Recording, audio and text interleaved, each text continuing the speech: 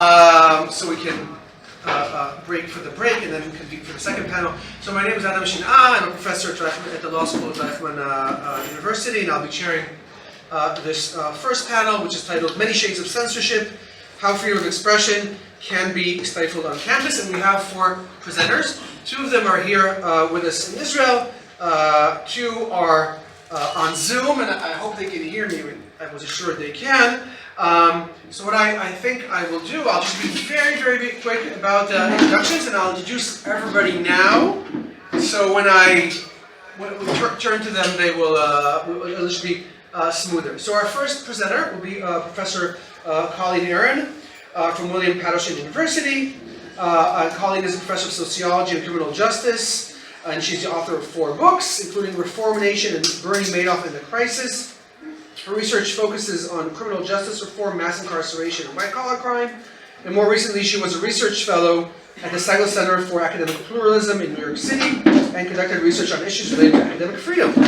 Among her many affiliations, she's a senior scholar at the Niskanen Center and Reason Foundations and a member of the Crime and Justice Research Alliance. After Colleen, we will hear from Suzanne.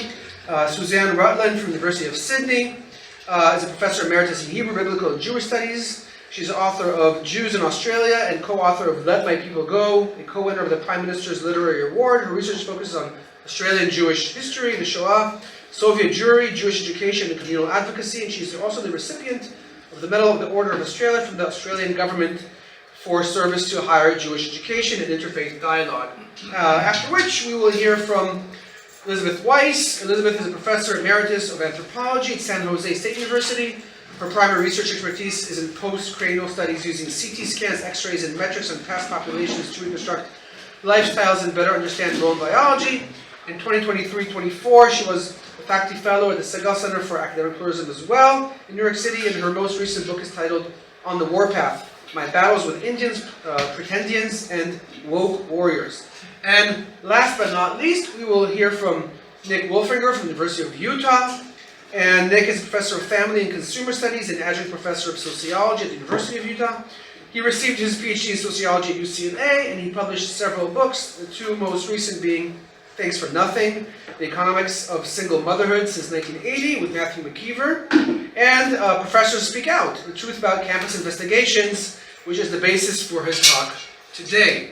So, without further ado, our first speaker will be Colleen Eren, and I will be, like I said, stringent or strict with the time. I will also be keeping time. 17 minutes, yes? 17 minutes tops, yes. So that we can have time for Q&A. Great. Okay, so thank you very much. I'll signal to you when you have 5 minutes, okay? Okay, great. Thank you so much.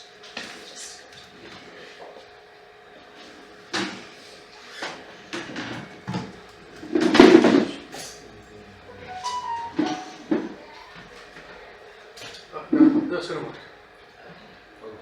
Hopefully. Great. Here. There we go. Okay. Good morning, everyone. So for those of you who are unfamiliar with the U.S. context, I know there are several professors from the U.S. here. Over the past few years, there's been an enormous amount of attention brought to whether or not, I can hear myself speaking on this, okay. Whether or not universities should be making statements as institutions on issues that are outside of their direct mission of teaching and research. This has been a topic that has come to light because of October 7th, but in fact the US has been going between the 2 polarities of wanting institutional neutrality or preferring political statement making for over 100 years. The origins of the U.S. university system in more ecclesiastical origins meant that for a while institutional neutrality was meant to counteract the influence of board of trustees who wanted to make specific types of social statements. But in the 1920s, in the 20th century, we also saw that colleges were, in fact, involved in making political statements. So for example, on the left, you'll see the president of Harvard at the time, after Pearl Harbor, President Conant. He dedicated, and he announced very proudly, that he would be dedicating Harvard's resources, intellectual, physical property, towards the war effort. So hardly neutrality there. And for a while, political statement making within reason was the norm, while there was not a mass influx of students into universities and colleges, which we saw in the 1960s, and that changed people's feeling about whether or not colleges should be neutral or not. So you see on the right-hand side, in the 1960s, with student protests, demands for divestment from South Africa, for example, their universities became incentivized to advocate for neutrality. And so you see this history of a movement towards neutrality over the 20th century, with some bumps along the way. So in 1915, I'll just do this briefly because I only have 17 minutes, the AAUP, in its Declaration of Principles, argued that colleges should be non-partisan institutes of learning. Otherwise, as Roy said, do we really deserve the public trust if we're not non-partisan institutions? As many of you are probably familiar with, during the 1960s, after that mass influx of students onto campuses and campus unrest, the Chicago University Committee released the Calvin Report, which argued heavily in favor of institutional neutrality for a range of reasons related to the maintenance of academic values, of freedom of inquiry. And so this became like the foundational document which made the justification for institutional neutrality. Not many colleges widely adopted the findings of the Calvin Report. In fact, I'll show this graph first just to make the point. In fact, it was only about 8 colleges had officially adopted institutional neutrality in the United States until October 7th, when you saw this proliferation of colleges adopting it. We went from 8 to 148 over the course of a year. Part of that was because state university systems such as Georgia adopted institutional neutrality throughout the university system, so that took away any type of free choice within those universities. But what really propelled it was, as I'm sure you all saw, this abysmal proceeding where college university presidents couldn't really address the question of what to do about calls for genocide against Jews.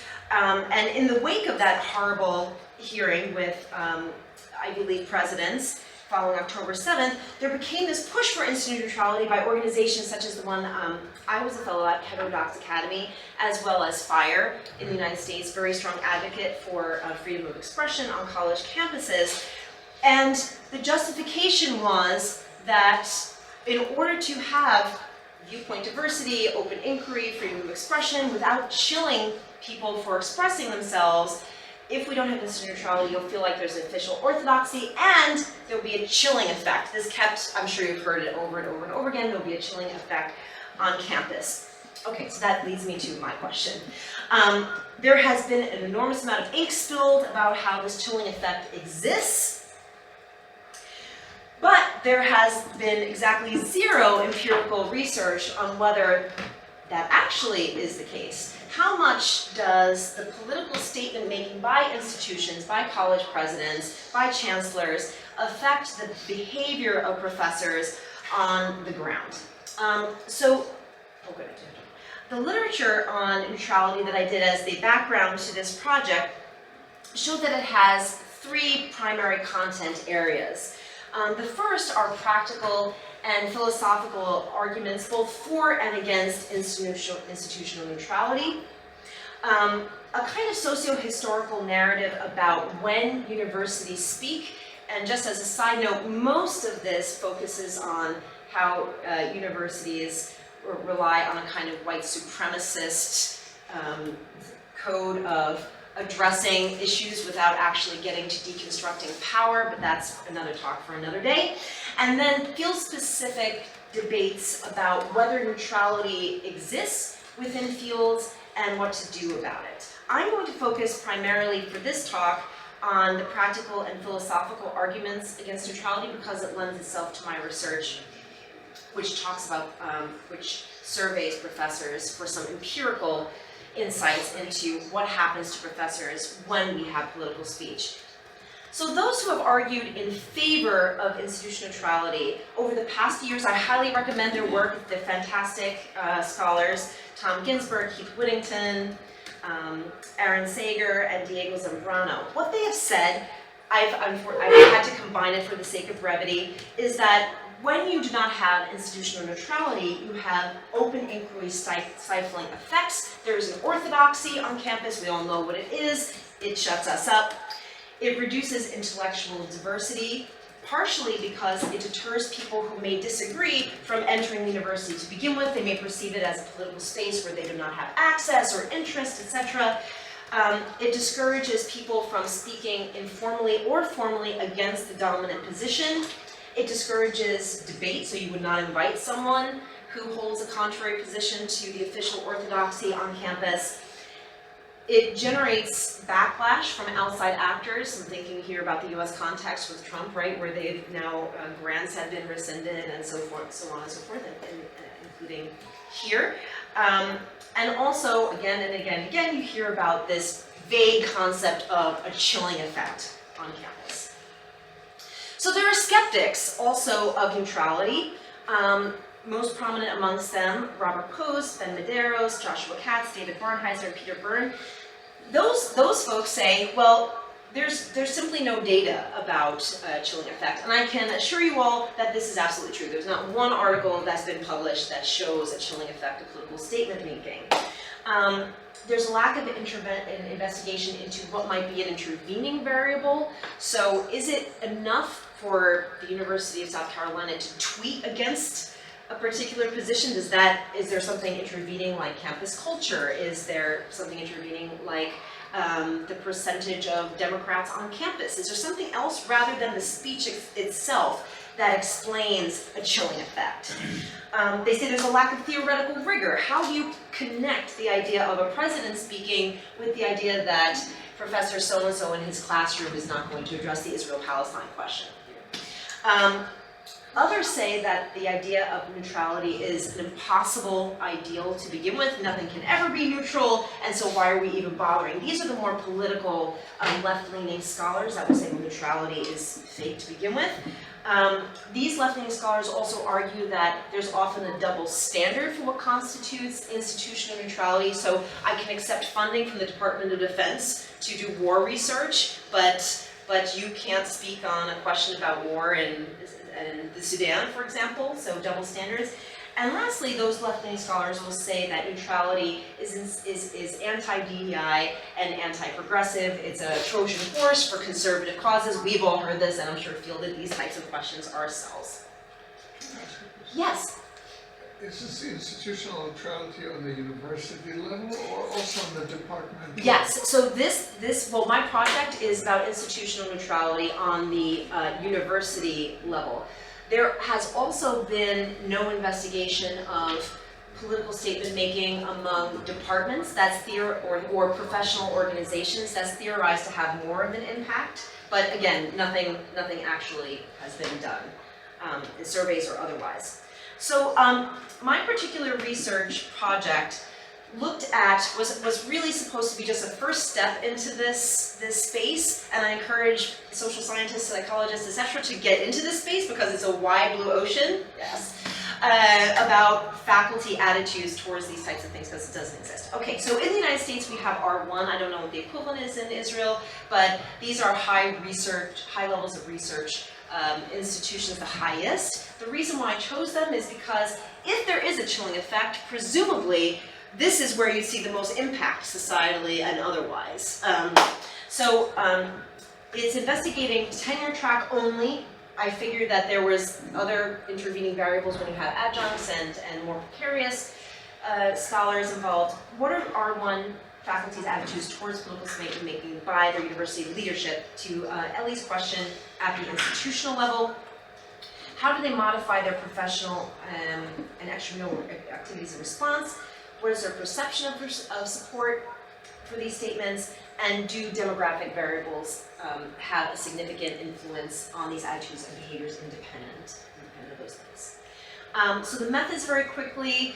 I'm happy to share my instrument with you if you'd like to try to replicate it, but a qual-quant survey was distributed by email to all R1 universities who had not declared neutrality, which by 2024 was a very small number, because everyone kind of went belly up in a remarkable display of courage. I used a scraping tool to get emails from university websites. I screened out non-tenure track folks, and in the end, there was about 250 out of approximately 14,000 people who responded, which is 6%, which is very low, but it's very similar to a recent study by Eric Kaufman that also had a 6% return rate. Getting professors to respond to email, we're professors, right?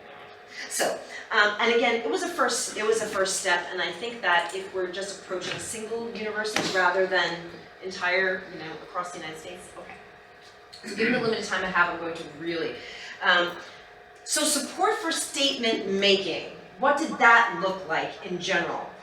A fascinating finding was that 22%, and these are professors who presumably have some interest in this topic, 22% had no idea what the university said at all on any topic. So that's an interesting finding that I think needs some follow-up. Almost 70% have disagreed with at least one statement. Over 50% disagree with universities making political statements at all. And sometimes when you read about the benefits of political statement making, they'll say, the supporters say, well, it increases people's feelings of belonging to a community, that we have these shared values. Well, it turns out that is, I'm not going to curse, it turns out that is not true. Only 18% of people said that increased their feelings of belonging. I'm going to leave out the,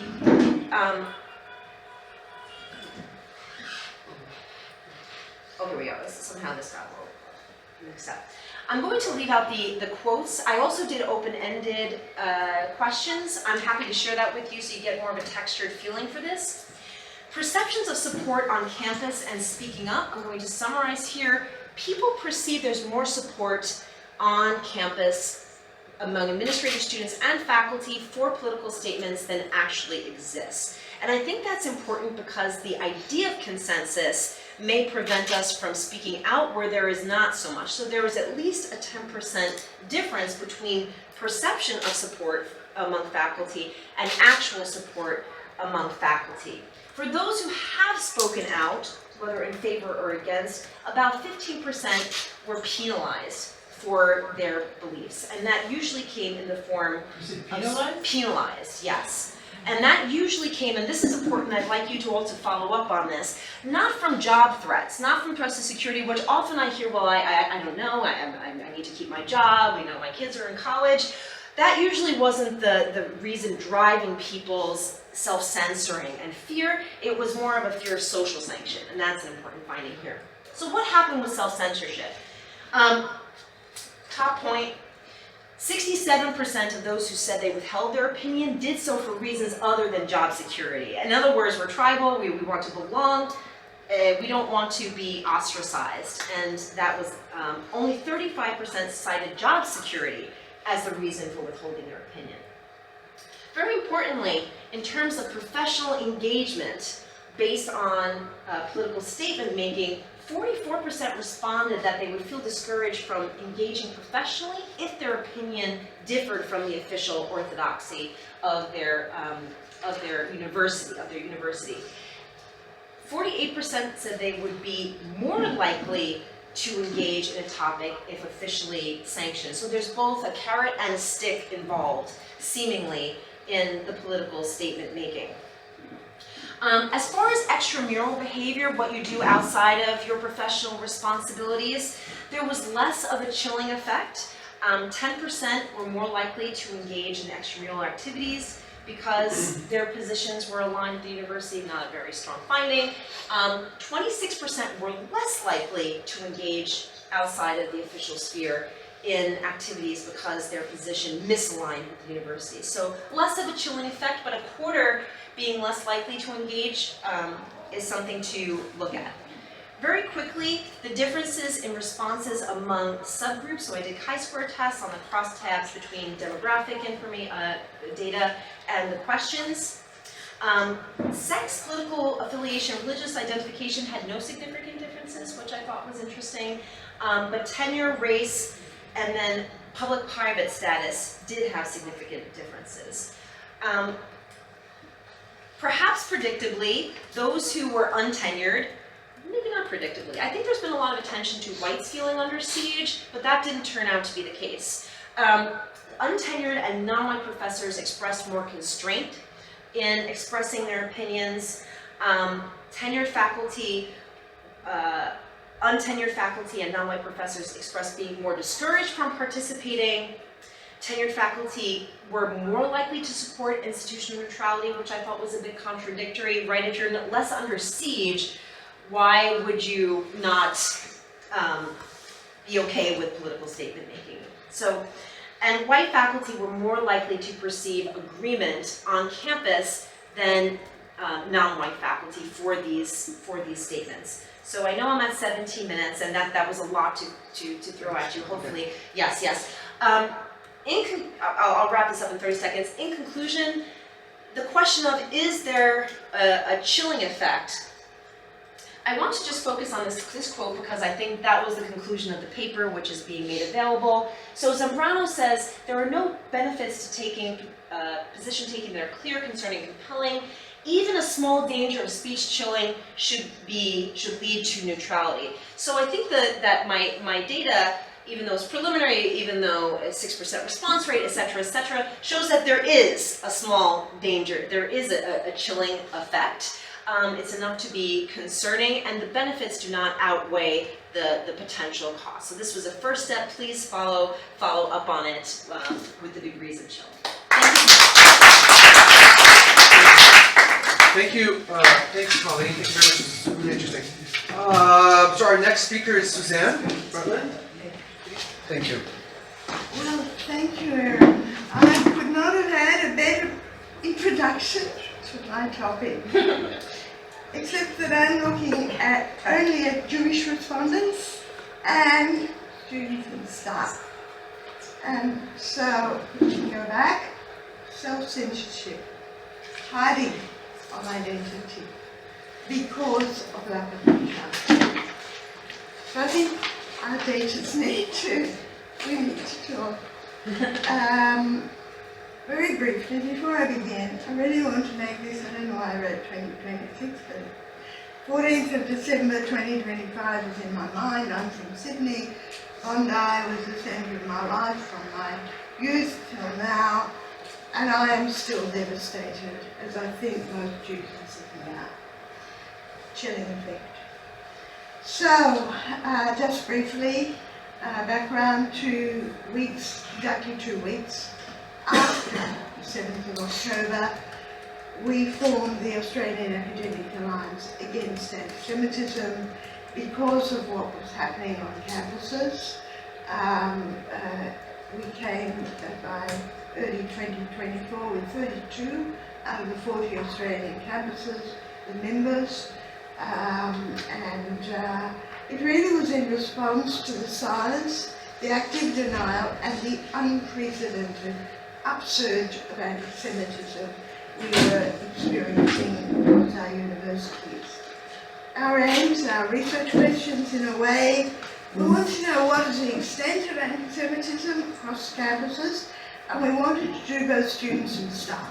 The survey was for Jewish students and staff, and it was, as I say briefly, administered through the Jewish Students' Union and through the Zionist organisation. We didn't define anti-Semitism, we did define campus. Is this automatically changing? No, it shouldn't. It just changed automatically. But we'll see how it goes.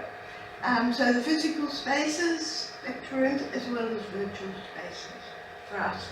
Our survey was campus. So basically it was structured similarly with both quantitative and qualitative. So there were 5 questions on the demography of the person, background, etc. 1 open-ended question, 6 multiple choice, 2 open-ended questions, and 2 multiple choice with subjects. What's interesting is, and one of my co-researchers were really both Andrew Marcus and Efraim Elim, did more of the basic, it's just changing. I know, I think it's embedded in. Professor Andrew Marcus has done a lot of these type of demographic surveys over maybe 20 years. He said he's never seen such detailed, in-depth responses to that one qualitative survey, and indeed my paper, which again I didn't have time to do the quotes for the short presentation. Andrew says it was amazing, and that's what I drew on an Excel file with summary of all the quotes from 30 different universities. So just move on, because there's a shortage of time and maybe it's better to have more time for discussion. Basically 2/3 of the respondents were students, only 1/3 staff, as I said. Professors find it hard, although interestingly, we don't know, maybe there are fewer Jews in administration or management. There's no way we can judge the percentage. I can say that that altogether there were around 1,000 responses, but a lot of the responses were invalidated because they didn't complete or they weren't, they didn't fit into the parameters. And not surprisingly, 57% of the responses came from the universities with a large Jewish student population in Melbourne and Sydney. So Monash University of Melbourne in Melbourne, my University of Sydney, and New South Wales, 57%, which was understandable. That's where most Jewish students and probably staff are as well. This I can send it out on, and I'm sorry I don't have, so like Eren, I'm just going to do the dot points very quickly. But what can I say? Chile, people felt, both students and staff, we found pretty similar reactions. Ignored, cancelled, excluded. Disruption to classes. People would come into class with a pro-Palestinian narrative at the start of the class. If you were Jewish, didn't matter your political views, you could be extreme right, centre right, centre left, come to extreme left. Didn't matter if you believed Israel has a right to exist, you felt silenced and cancelled when these pro-Palestinian people came in. More difficult is that you felt targeted. If you dared to say anything pro-Israel, you were not going with, you were being non-aligned. Overwhelmingly, everywhere. And my campus, golly, every single poster, every single rubbish bin, you were bombarded with anti-Israel and pro-Palestinian posters, materials, events, the divisive rhetoric and demonisation. Singling out of Jewish students and staff. If you dared to say anything in support of Israel, obviously. The fact that lecturers would come and propagandise, and you're sitting there as a Jewish student, or you're teaching. I mean, there was this example with, and I can say her name because it's in the media, Professor Fernandez, originally from SUNY, New York, State University of New York, Queens campus. She denied a mass rape when the New York Times, it came out with that big expose in March, April 2024. She gave a lecture on power, and 3 slides dealt with the Israeli hoax of the story of mass rapes. And you're sitting there, one of the tutors was Jewish. And there were students in the class, Jewish students, and they're hearing this. Chilling effect. What you do, what you say, when your lecturers say this type of thing. And discrimination, both professional staff and management. So what's the impact? It's very interesting. I'm going to rush up, trying to be quick. So what's interesting is that very high percentage, firstly, of Jewish students, 45%, actually altogether 67% were frightened to come on to campus of Jewish students and staff. But only a third of Jewish students and staff during the, particularly with the encampments, where there were encampments, felt comfortable to come on to staff.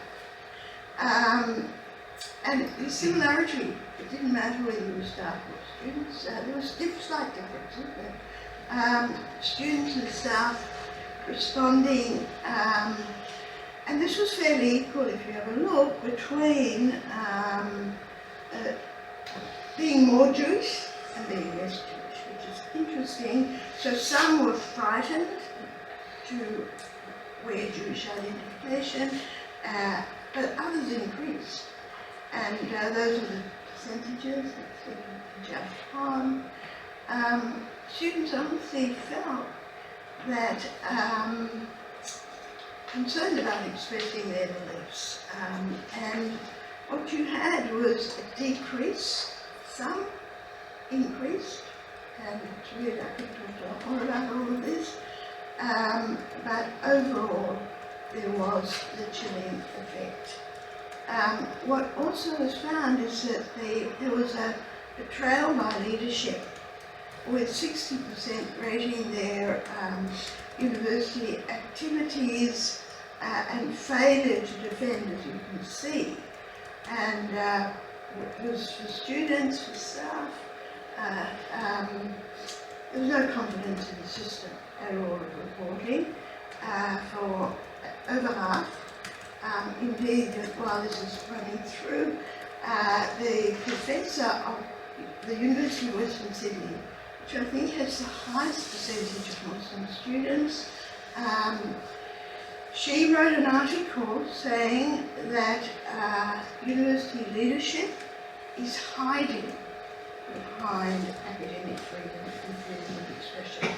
And she said, she's openly gay. She had taken in, I've taken in a Muslim mother and son from Afghanistan with my partner. They're like part of our family. Don't tell me I'm anti-gay. Don't tell me I'm Islamophobic. And I will not allow anti-Semitism on my campus. Full stop. No posters, no encampment. There still was, but nothing compared to the top elite universities, which in Sydney is. So here we have a sense of feeling unsafe for students and staff. So let me just go back, so it's still, let me go back. So isn't this a chilling effect? When 2/3 of Jewish students no longer feel safe on campus if they speak about Israel. What's interesting is this social reconfiguration.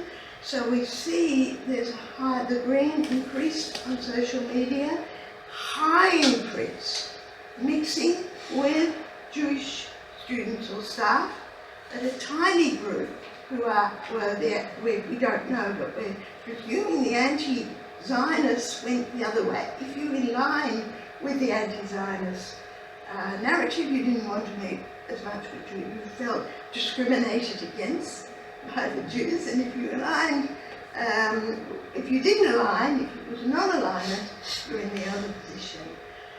So surely in my faculty, I feel I no longer know who my friends are. So you're frightened to speak. And this social, we described it as a social earthquake that occurred after 7. And so, sorry, we can move on. Overall, normalization of anti-Semitism, minimalization, denial, failure to act, the sense of microaggression against students and staff who dared to express pro-Israel views with silencing, And by the way, I can talk more from studies I've done with my Israeli colleague, Professor Gross, and the effects that this has on in high school religious student identity in high school. So basically, and I'll try and end quickly, free speech, but not for Jewish people, that public supporting Israel, whether to friends or on social media, in class, carries a huge social cost. And that's again, I think you stress the social cost, right? You lost your friends, that was the biggest issue. I don't think staff were worried about losing their jobs, but they were frightened if they were in a very pro-Palestinian faculty to open their mouth. Key contribution, so 49% declined and censored their briefly, is that it highlighted the anti-Semitism of both students and staff. We contributed to parliamentary inquiries. If I've got one more minute to say, Have three. we went through, sorry? Have 3 more minutes. 3, okay. So, what did I want to, it's come to my mind again. I wanted to add something particular, but I'm trying to be quick because I think the parallels between the previous paper with Eren and mine on this issue of the chilling effect, this is a much more focused study. Wasn't religious, wasn't ethnic, wasn't racial. We can debate those terms, but it was chilling. People felt that their freedom of speech has been silenced. And as someone who has taught a course on the Arab-Israeli conflict with my Arab colleague, Professor Ahmed Shabul, and for some of you may have heard of Professor Jeff Moses from, now in the US from the Department of History, neither of whom believed a Jewish state should exist.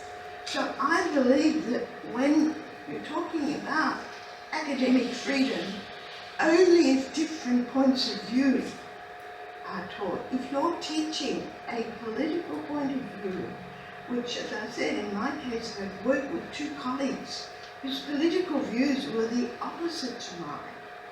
But I felt that it's important for the students to hear the different narratives and for themselves to come to their own political views. But when they're being told, oh, there was no rape, that everything is fabricated, that Israel is doing just to get a good name, and to me that is not freedom of speech or academic freedom. So we need to denormalize, we need to work at showing different points of view on our campuses.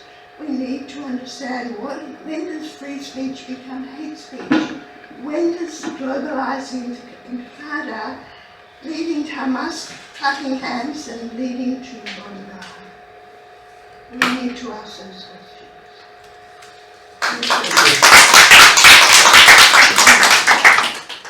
I'm looking a little yellow. Let's see if that's a little better. It's nighttime here, so excuse the odd lighting. And I'm gonna share my slides. Okay. Can everybody see that? No, I can't see the slides. Can you see slides? No. Oh, let me try again. Ah, here we go. No. Share. Wait, now, yes, now, yeah, wait. Okay, good. Okay, good. Okay. I'm going to see if I can go forward in these slides. That's another important part. There we go. Okay. Good. Thank you so much for having me on. And I really wish I could be there in person, hopefully next time. Anthropological research integrity is being diminished by requiring researchers to collaborate with indigenous tribes. From Native Americans in the US to the Maori in New Zealand, from various African tribes to Australian Aborigines, and even the Sami in Northern Europe. Indigenous groups led by anti-science activists are hijacking scientific endeavors to prevent unfavorable information about their people's past and present from being discovered and published. These Indigenous activists are insisting that access to materials and data, such as previously created casts, photos, and x-rays, be controlled by them in what is euphemistically called data sovereignty. Access will only be granted if researchers follow the guidelines. The tribal leaders will determine the research question or hypotheses. The tribal leaders will decide the methodologies used. The research must benefit, especially financially, the tribe, and the tribe decides whether the end result can be published. These demands ruin scientific inquiry that should be based on curiosity. Methods should be decided by the best way to answer the questions being asked, and results should be published regardless of whether they are favorable or not to a specific group. In any other situation, these demands would constitute a conflict of interest. But although scientists are often required to report conflicts of interest before publication if receiving money from a company, such as if you're studying cancer and a tobacco company has funded your research, the conflict anthropologists are facing to receive access to data from tribal communities is being ignored. I think many anthropologists are allowing their research to be molded by tribal activists in order to get access to all sorts of materials and data, from ancient DNA to petroglyphs. They are collaborating and getting permission to be able to continue their careers and to avoid being labeled as anti-Indigenous, as I have been, for refusing to allow demands from Native Americans to control my scientific research endeavors. It may be difficult to tell when tribal demands have affected research publications. In some cases, research is halted and publications are retracted. The U.S. National Academy of Sciences, Engineering, and Medicine recently terminated a $2 million study on how to best combine Indigenous and Western approaches to understanding the natural world. The study was terminated because Indigenous collaborators claimed that the Western scientists were putting science ahead of Indigenous knowledge. There were disagreements over the extent to which Native stakeholders could influence the study's recommendations. In other words, if the Indigenous activists can't control the research, they want no part of it and may actively try to stop it. Ancient DNA studies show manipulation by how results are reported. A collaborative study on the San Francisco Bay Area tribe, the Muwekma Ohlone, supposedly found that there is a long, thousands of years long, biological continuity between the modern tribe and remains held at various Bay Area universities. A quick glance at the actual data revealed that the Muwekma Ohlone tribal members are actually genetically identical to Los Angeles area Mexicans. This result is conveniently overlooked in the write-up, but matches some of my own research on cranial morphology in the Bay Area pre-contact Amerindian collections, and Alfred Kroeber, who was one of the founding fathers of California anthropology, his research that by 1920, the Ohlone Bay Area tribes were for all intents and purposes extinct. The most famous ancient DNA falsehood that has been perpetuated involves the 8,000 to 9,000 year old Kennewick Man. Kennewick Man was found eroding out of a riverbed in Washington state. Yet his DNA revealed he was genetically closest to populations from South America. But how the paleogeneticist Morten Rasmussen and his colleagues reported it, one would think that the closest link was with the Colville tribe from Washington state, who subsequently got to bury the remains based on this lie. And recently, a study of Native Americans in New Mexico, the Pecos Pueblo, claimed a close continuous link between modern living tribal members and 1,000-year-old remains. But no other tribe in the Southwest were even tested, which means there can be no determination of whether this tribe is closer to the remains than any other in the region. Furthermore, the ancient remains from the region were contaminated, likely with DNA from living Pecora tribal members. And the researchers masked African and European tracks in the modern Pecora tribal DNA sample. The authors also stated that tribal leadership was involved in crafting the key findings of this work. If you want to try to replicate this study, don't count on it. The ancient DNA has been buried, and the modern DNA is not to be shared. In fact, even in this study, the tribal leaders could still demand a retraction. They retained the right to curtail research at any point in the collaboration, and publication of results continues to be at the sole decision of Pecora's leadership. Had different, i.e. contrary to the tribe's beliefs, conclusions been offered, would the article have been published? I doubt it. My final US example comes from an ancient DNA study that revolves around horses, published in Science in 2023. Horses arrived in North America before humans, but they became extinct around 10,000 years ago. When Spaniards came to the Americas, they brought horses. The Native Americans learned how to ride horses from the Europeans. Yet oral myths of the Lakota Indians tell a different story, one of horses being their spiritual relative since the beginning of time. Thus, when researchers collaborated with the Lakota tribe to investigate horse skeletal remains from sites that were post-Spanish arrival to North America, but pre-contact for the specific site, the tribe wanted the results to match their tribal myth, that they took care of and rode horses before contact with Europeans. The authors found that the horses' remains exhibited skeletal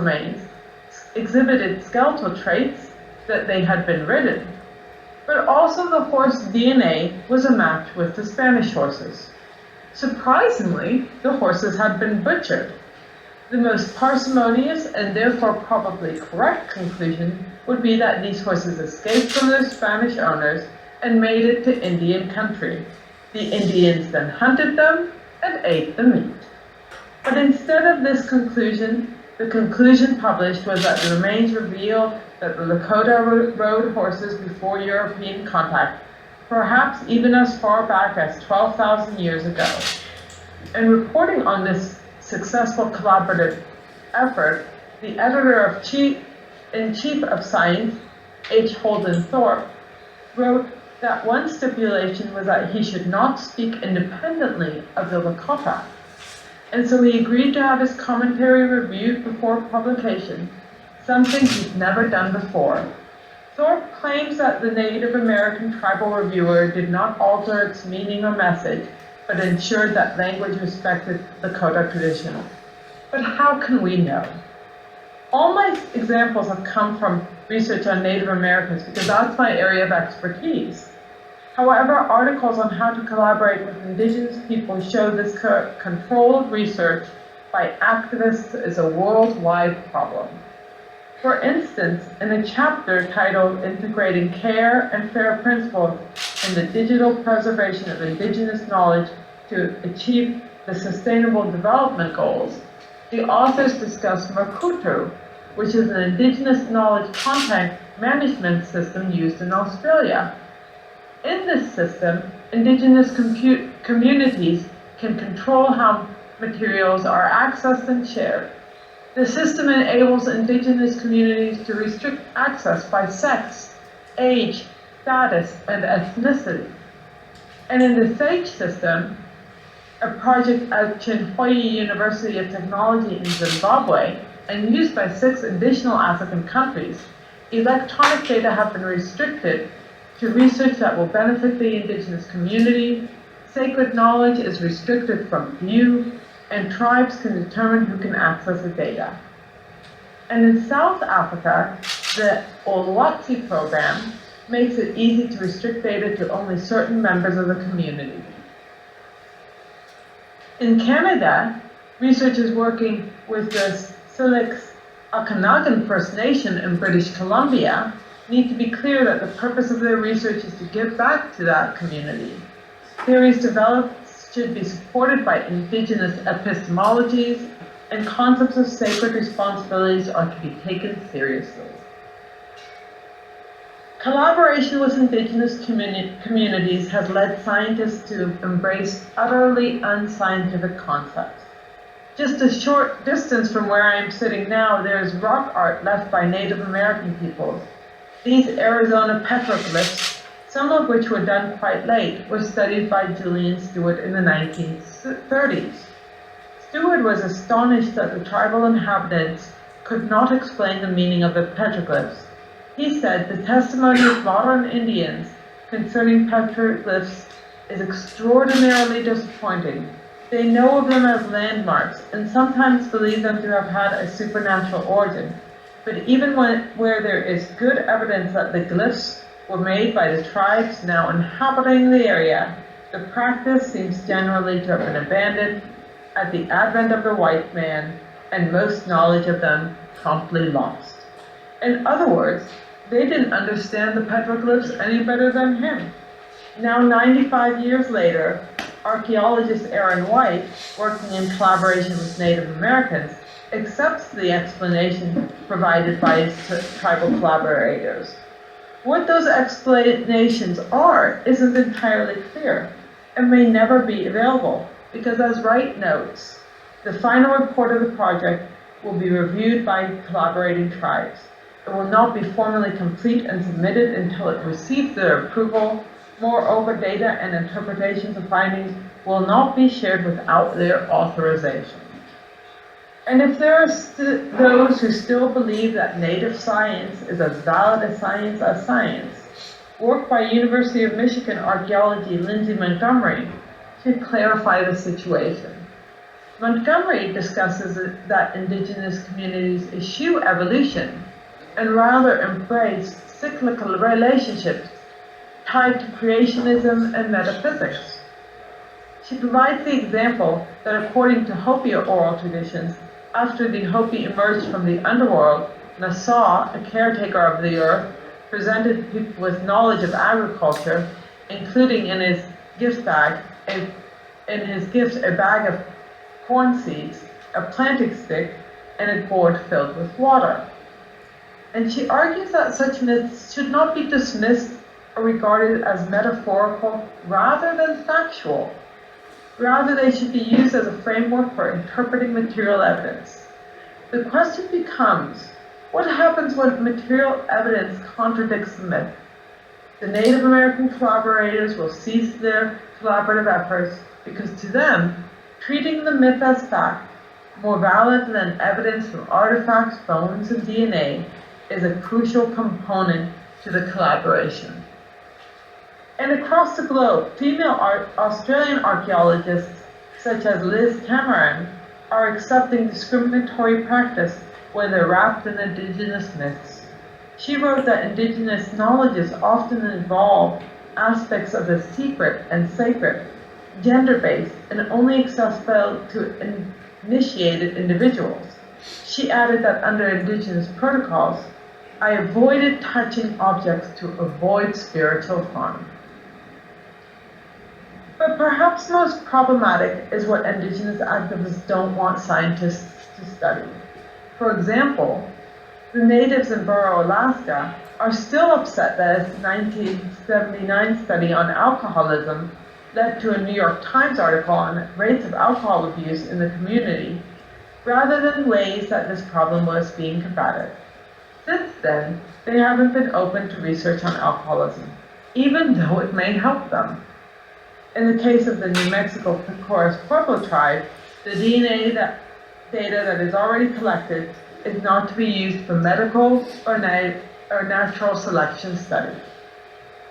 It is my hope that by making others aware of Indigenous infringement on scientific research, which started in anthropology and has now infected other fields such as entomology, biology, neuroscience and geology, those truly interested in discovering objective truths and driven by intellectual curiosity will persevere and fight back against this devastating loss of academic freedom. Thank you. Thank you. Okay, thank you very much. And our last speaker now will be Nick, who's already unmuted, right? So, Nick, can you hear us? Yeah, can you hear me? Yes. Good. Okay, great. Well, thank you all for coming to this conference. I'm here today to tell you how I came to edit a book called Professors Speak Out, a collection of 20 stories in which faculty members recount the experience of being investigated by their universities. I'm a tenured professor at the University of Utah, where I've taught since 1998. I'm a quantitative social scientist who writes books about marriage, divorce, and how they interact with our broader social institutions. In 2016, I got a phone call from a university apparatchik. The phone call was to inform me that the university was launching a Title IX sexual misconduct investigation. I had no way of knowing that this would be the first of 3 investigations over the next 5 years. What had I been accused of doing? Most of the allegations concerned conversations I'd had with colleagues in the late 90s and early 2000s, soon after I joined the faculty. Remember, this was almost 20 years earlier. Here's my favorite of the accusations, and I quote, "You have recounted stories to female faculty members related to your proposal to your wife and how you proposed a strip club during a lap dance." This is true, except for the part about the lap dance. I recounted my story to my 3 fellow junior colleagues, all of whom were women, off campus over drinks and pizza. Our conversations were often off color, as anyone who's ever had a drink with coworkers might relate to. Now, if anyone at this webinar feels similarly scandalized by learning where I proposed to my now ex-wife, please file a complaint against me. The University of Utah makes it easy, with a website and pull-down menus designed to accommodate even the laziest of accusers. The allegations included a lot of stuff like this, but I found most ominous were the allegations of an unnamed reporter who phoned my academic department, or allegedly phoned my department, to complain about something I'd said. What reporter? I talked to hundreds of them in the course of my career, which is what happens when you study marriage and divorce. What did I say? I don't have a clue. Although potty mouth is a good bet, you'll soon notice. I don't know the answers to these questions, and I never will. Indeed, I don't even know if I even talked to the journalist in question, or for that matter, whether she's actually a journalist. Hard to imagine anything having a more chilling effect on scholarly life than the prospect that anyone can contact your university to complain about anything at any time. And hey, if any of you are still mad about a bad grade you got in college, here's your chance. 4 months later, I was found not responsible of sexual misconduct, but I wasn't out of the woods.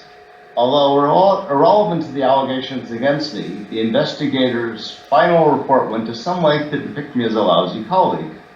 I rolled my eyes in faculty meetings. I had said fuck once, and so on. It was clear that the investigation was trying to gin up source materials for another complaint to originate elsewhere in the university administration. It turns out this is not an uncommon practice. You exonerate a faculty member in a Title IX sex case and punish them anyhow. University regulations that include weasel words like collegiality can be used to punish anyone at any time. 2 months later, the new complaint, indeed about my collegiality, arrived from my dean. It recounted my, here I quote again, hostile body language, that's a direct quote, in faculty meetings. For this, my dean sought to impose 2 penalties. The first was an official reprimand with the promise that I'd be fired if my body language didn't improve right away. The second was the loss of a month's pay. Think about that for a moment. Have you ever heard of a faculty member being fined thousands of dollars for anything, let alone hostile body language? It thus came as a considerable relief when the vice president for faculty, who outranks the dean in the food chain, Realized that Dean's attempts to find me was nuts and made the whole thing go away. But in higher education, the investigation itself is often the punishment. You take it seriously when your tenure position is on the line. You have to write a lot of memos, so many memos. As of 2026, the University of Utah has inflicted over 50 pages of memos on me. I was also out $14,000 in attorney's fees, so far. So I resolved to make lemonade out of my university's lemons. I wrote articles about both my investigations and spoke out publicly. I spoke at a webinar, I spoke at 2 Department of Education open hearings devoted to revising the federal guidelines and how universities should approach sexual misconduct investigations. And I started volunteering for a nonprofit called Families Advocating for Campus Equality, or FACE. FACE lobbies for better state and federal rules, and it provides peer counseling to the falsely accused. And I became FACE's faculty person, who talked to all faculty members who reached out. It's during this that I realized that the stories what I experienced, and I soon learned that the stories I was reading about, hearing about, represent only the tip of the iceberg. After all, most campus investigations don't become public knowledge unless the person speaks out themselves, or there's a lawsuit, or the person's very famous. So, like Richard Nixon in 1960, my dean had lost the battle but not the war. Also, like Richard Nixon, she retreated into several years of quiescence to grind her gears and plot her next campaign. This happened in 2020. Like most investigations in 2020, the trouble started over a tweet. A woman whose profile indicated she was a graduate student idly implied that I was a sexual predator. I responded that students shouldn't talk to faculty like that. This is self-evident. Someday we'll be writing them letters of recommendation and hiring them into professorships. Or not, in this case. Twitter, with all of its COVID-baked brain, decided that I'd threatened this student, and I was mobbed. With countless people denouncing me and promising to contact my university to complain about the monster in its midst. Unfortunately, this student turned out to be a grad student in another department at my college. Of course, there's no way I could threaten such a student. Could I call up my colleagues in political science and implore them to punish a specific student because she had sassed me on Twitter? Of course not, but my dean saw her chance. That same day, I soon learned, he contacted the student to make sure that the student was okay. Of course the student was, as the text log showed. This was just to try to get dirt on me.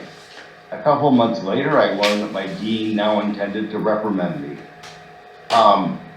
The advice of my attorney, I protested the dean had skipped over the preferred remedy of informal mediation.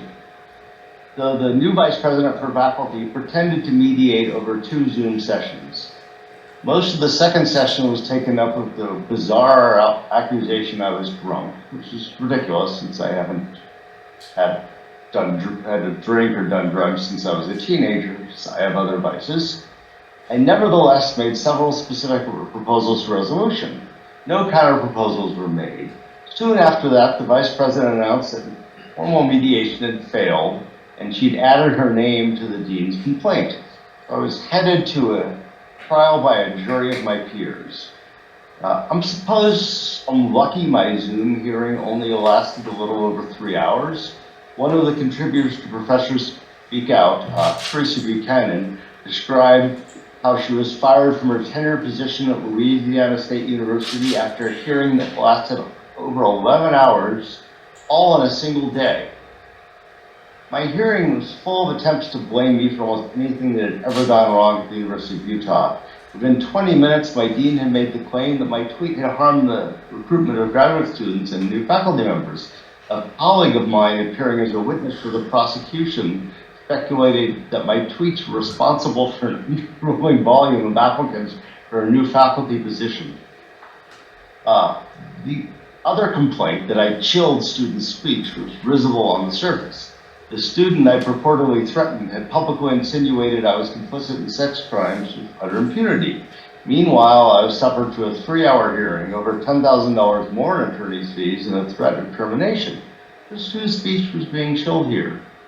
In the end, my kangaroo court determined by a split vote that I'd acted unprofessionally and I received an official reprimand. I was, in essence, told that I was on probation and we fired if I behaved again. But thankfully, I have a new chair and a new dean, and they've left me alone. It helps that I don't actually live in Utah, and I haven't even been in a room with my colleagues for over 6 years. So let me zoom out for now. Per a recent report from FIRE, faculty members today are 3 to 4 times as likely as their peers during the McCarthy-era Red Scare in the United States in the 1950s to say they self-censored in their writings, lectures, or interviews. Is this paranoia? No, faculty members surveyed by FIRE are right to be concerned. The number of professors investigated by their speech jumped from 4 in 2000 to 145 in 2022. And that was before October 7th. Soon after, multiple accounts appeared in progressive media about the new McCarthyism on campus. In my mind, it was a fitting complement to all the articles about the new McCarthyism on campus from conservative media a few years back. So professors speak out make clear that many campus investigations have political origins, but the problem is clearly bipartisan. The result on scholars has come from both the left and the right, exacerbated by social media and political polarization. Sometimes it's nonpartisan, like my own inquests. Why is this happening? In the introduction to Professors Speak Out, I set out some of the reasons I suspect. In 2011, the U.S. Department of Education issued new guidance on how campuses should handle sexual misconduct on campus. The new rules weaken due process protections for anyone accused of sexual harassment or assault, but perhaps more important were the perverse incentives this 2011 so-called Dear Colleague letter established. Colleges were threatened with inclusion on a federal blacklist and theoretically the loss of federal funding.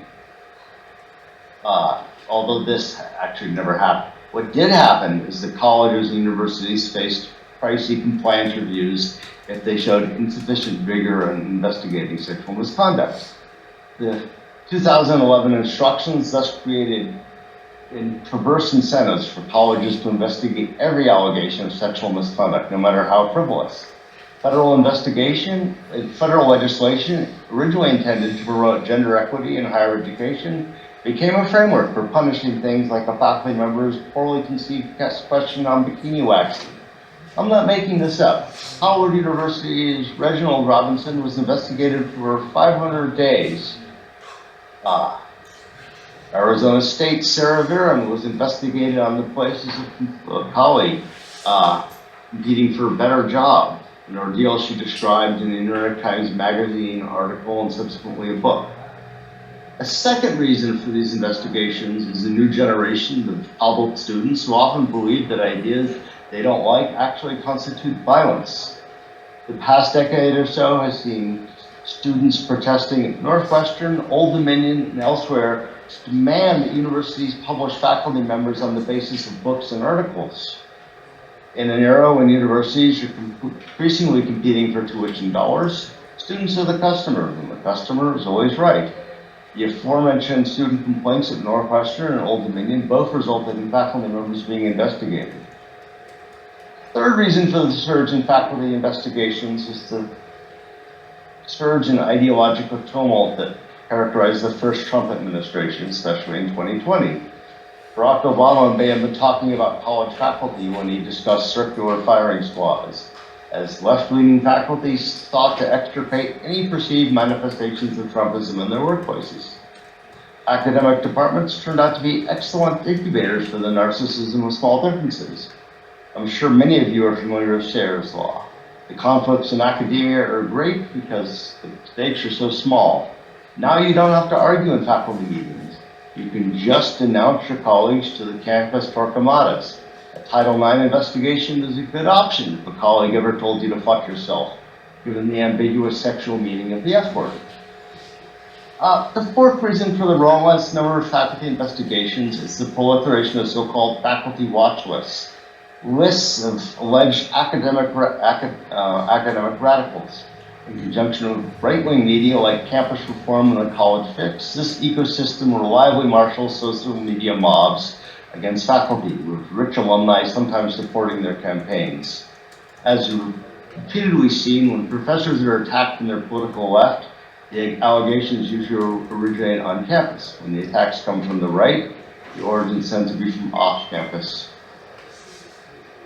You take these 4 facts: new federal guidance and Title IX investigations, students who seek out their university's protections from faculty speech they don't like, circular firing squad as ideologically homogenous departments hunt for heretics, the right-wing media ecosystem constantly looking for targets among these left-leaning faculty.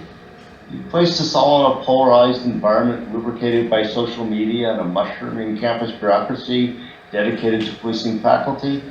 Harvard employs 50 Title IX investigators. You put that many cops on the beat, they're going to bring in suspects. That's how bureaucracies work.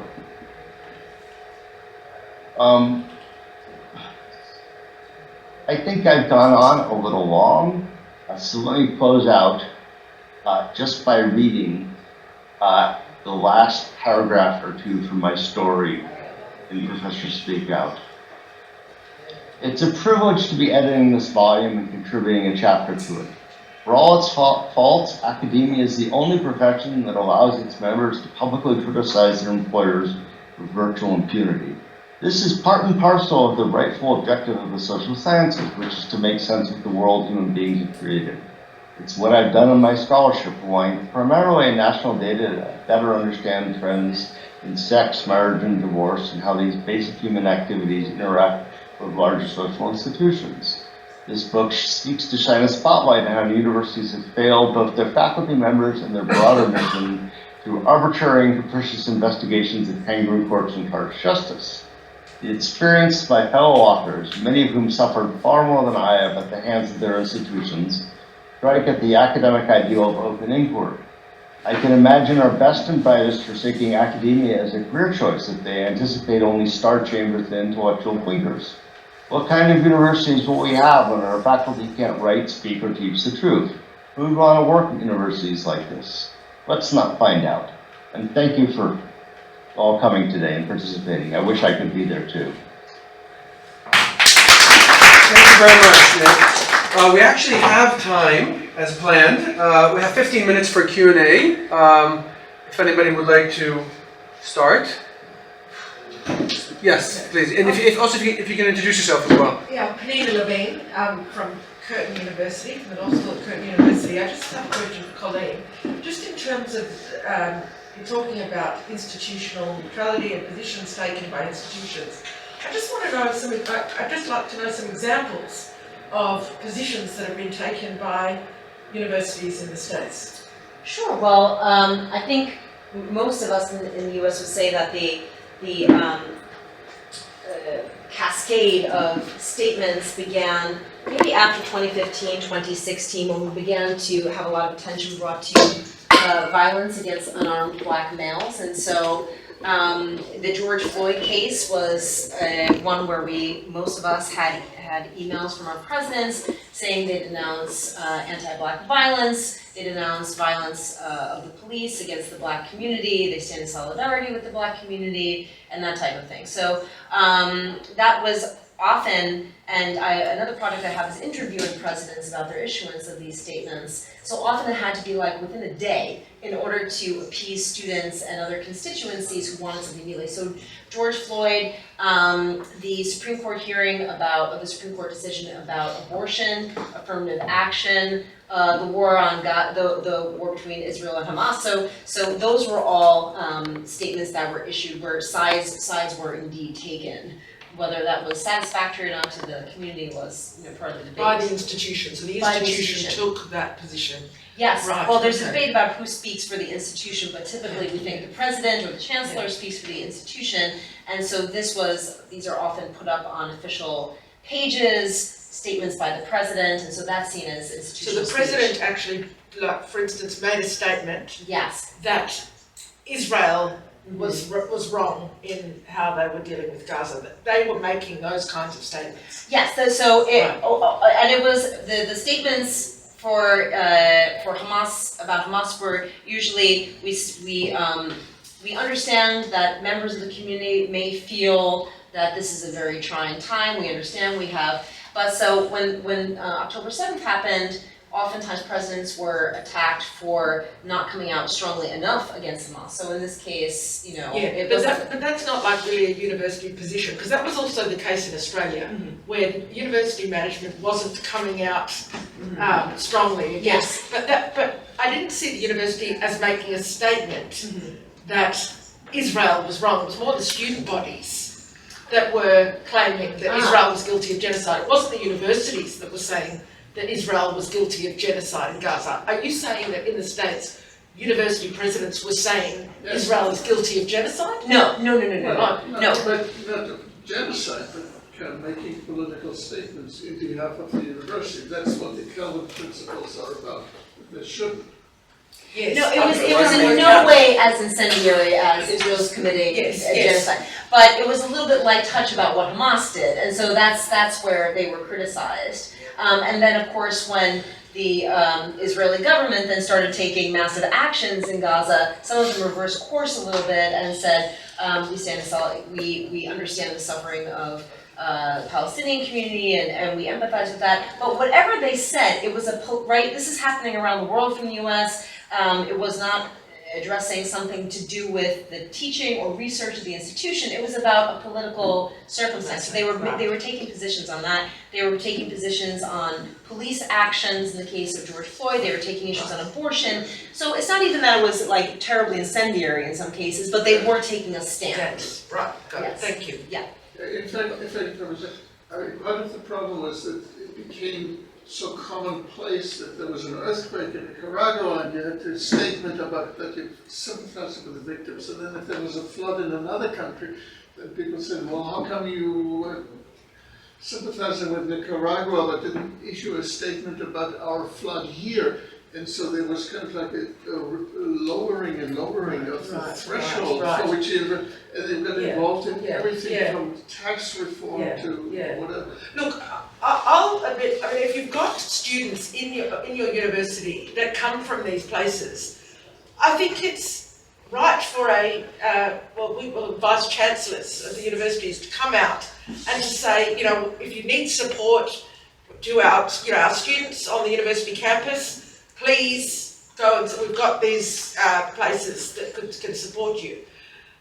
I don't think that's a statement actually made by the university. I think that's a president or vice chancellor of a university coming out and saying, we have support for all students that are affected in this particular case.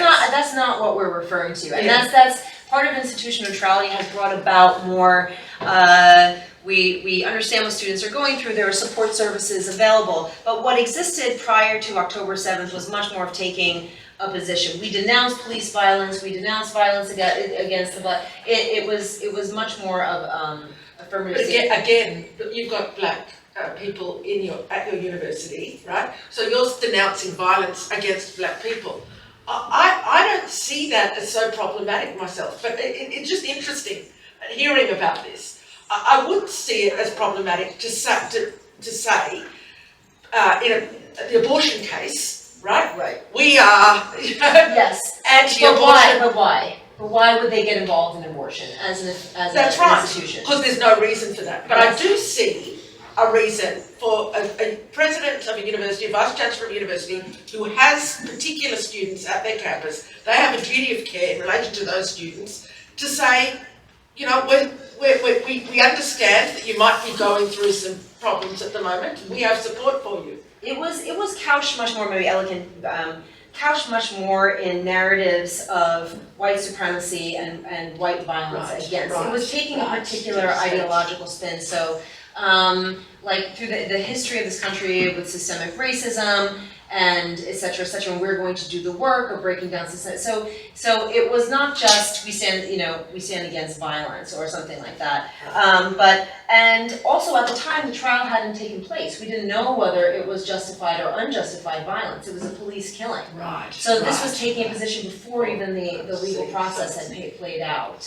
But I think to your point, the abortion, or Ellie's mentioning the example of an earthquake, I'm not even joking that after the Turkish earthquake, there was clamoring, I'm Turkish American too, but by the Turkish faculty, be like, what about our earthquake? So it became much more about each specific incident, yeah. Right. Roy. I had a question to Elizabeth. Here. Let's say you could set aside concerns about control over data and publication.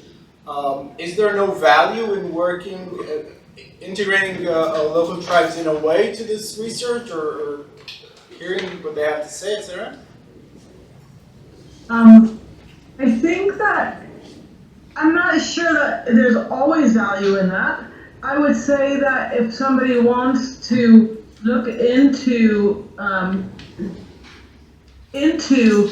collaborating or combining oral history, myths, and seeing if they do help explain some of the past from the archaeological past, that's great, as long as it's treated as any other evidence that can be tested, verified, and negated, and not controlled. So I'm not against using it in research.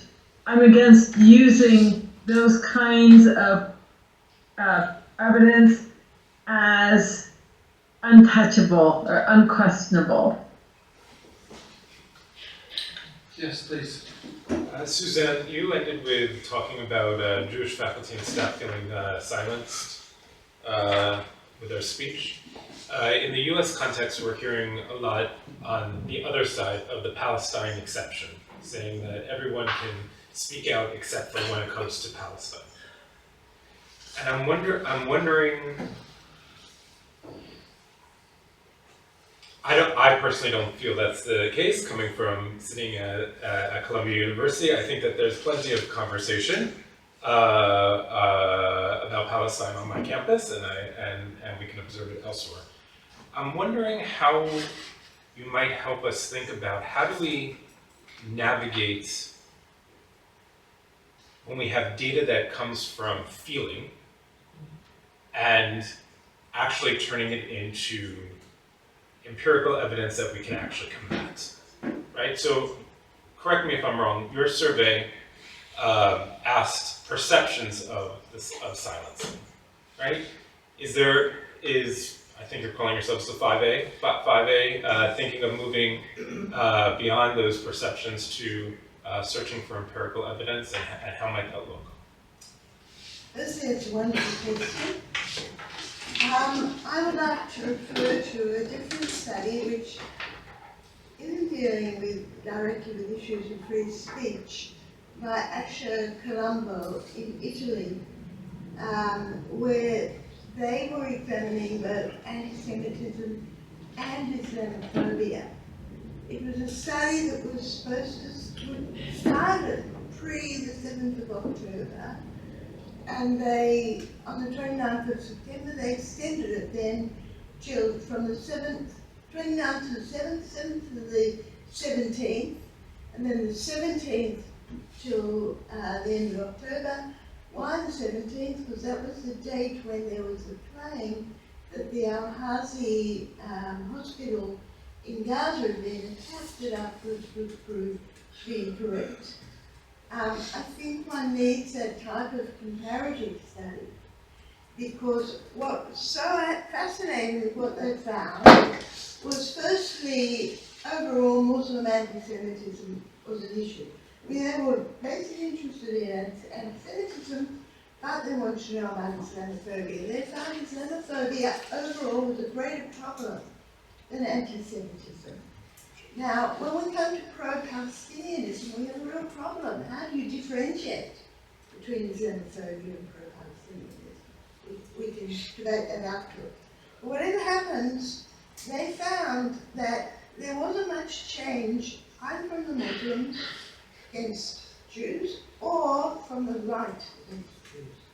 What they found was on the left an exponential increase against, in other words, support from what we know as the anti-Israel narrative, using words Jews.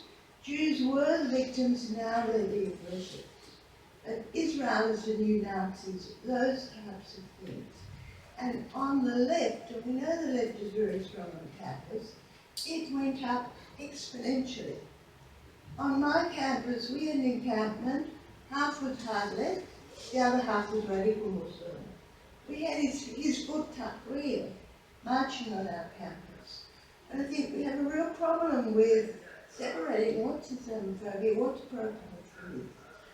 Pro-Palestinians coming from the left, right? But when you come to the Muslim story, it's much more complex. So yes, you certainly find that we live in empirical studies such as Colombo did, where he was lucky, he was there on the spot. But I think that shows that the argument on the left, which is this pro-Palestinian argument, is problematic. Yeah, I really think, just to follow up very quickly, I really think that this is important because we're going to have dual narratives. This whole story is dual narratives, but we're going to continue to have dual narratives in higher education, where we can easily dismiss each other's by saying, this is just your perception, it's actually not chilling, what is chilling, what's not chilling, etc. And I think that having those narratives are important and those perceptions are important, but then also being able to tie it to actual action. Yeah. Is, I think that is the next study, that type of study, can enable that. We also have to understand what's pro-Palestinianism, what's Islamophobia, and talking about Elizabeth's presentation, what we're finding in Australia is that the pro-Palestinian movement, Palestinian Advocacy Network, is taking on the Indigenous story, and they're saying we are the Indigenous people, and they're using that very actively in campaigns for education, and that of course is problematic because it denies Jewish their Jewish colonialism, denies Jewish indigenous connections to the land of Israel. So it's incredibly, I agree, incredibly problematic situation. We're gonna have to end here. We'll continue this over coffee. We're just simply out of time. So thank you to all the participants.